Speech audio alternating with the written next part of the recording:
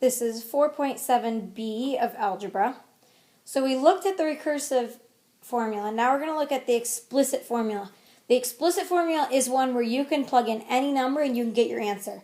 So if you want to find the 50th term, you just plug it in and you get it out. You don't have to find the 49th term and the 48th and all the ones before it. So, again, we have a of n, that's our nth term. And we have a of 1, that's the first term, plus n minus 1.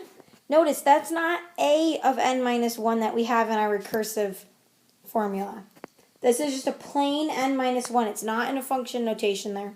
So you're going to take your n, let's say n is 10, and you're going to do 10 minus 1, and that gives me 9. Then you'll multiply it by d, the common difference. So, writing an explicit formula. So let's try our got it problem down here. I'm going to write out my sequence as I read this. So it says, a subway pass has a starting value of 100. After one ride, the value of the pass is $98.25. After 2 rides, its value is $96.50. After 3 rides, its value is $94.75.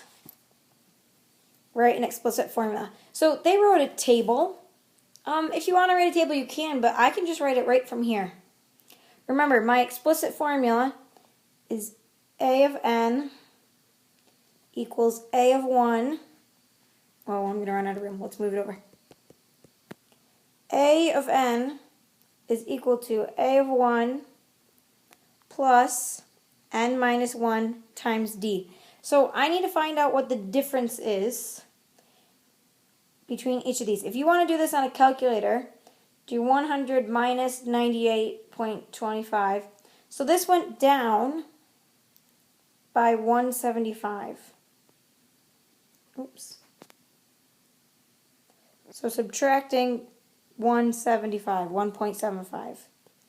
Subtracting 1.75. So my difference each time, my d, is negative 1.75. And my first term was this 100. So I'm going to plug in up here. I'll keep a of n equals, my first term was 100 plus n minus 1 times, and I'm just going to put this in parentheses since it's negative, negative 1.75. And then it asks, what is the value of the pass after 15 rides? So I'm going to plug in 15. I'll do it down here. So a of 15 is equal to 100 plus 15 minus 1 times negative 1.75. So I'm just going to erase it in here. This 15 minus 1, that turns into a 14. So this is 100 plus 14 times negative 1.75. Let me do that on my calculator. 14 times negative 1.75. That's going to be a negative 24.5. So that's adding a negative is the same thing as subtracting. So I'm going to do 100 minus 24.5, and I get 75.5.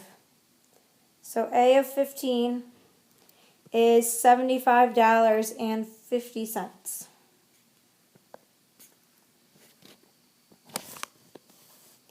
Okay, writing explicit formula from a recursive formula. So remember, here's our explicit formula equation.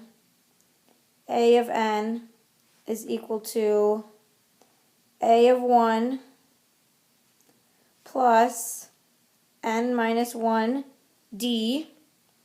And here's our recursive formula. Remember, we'd have a of 1 equals some number. And then we have a of n equals a of n minus 1. And I'm going to change this to be plus d because we're using difference down here in our explicit formula, so that's going to be the same as this one up here. So let's look at our got it problem. Let's look at that a. So I've got a of n is equal to a of n minus 1 plus 2. So just looking at this, the 2 right there, that's my d. And then I say a of 1 is equal to 21.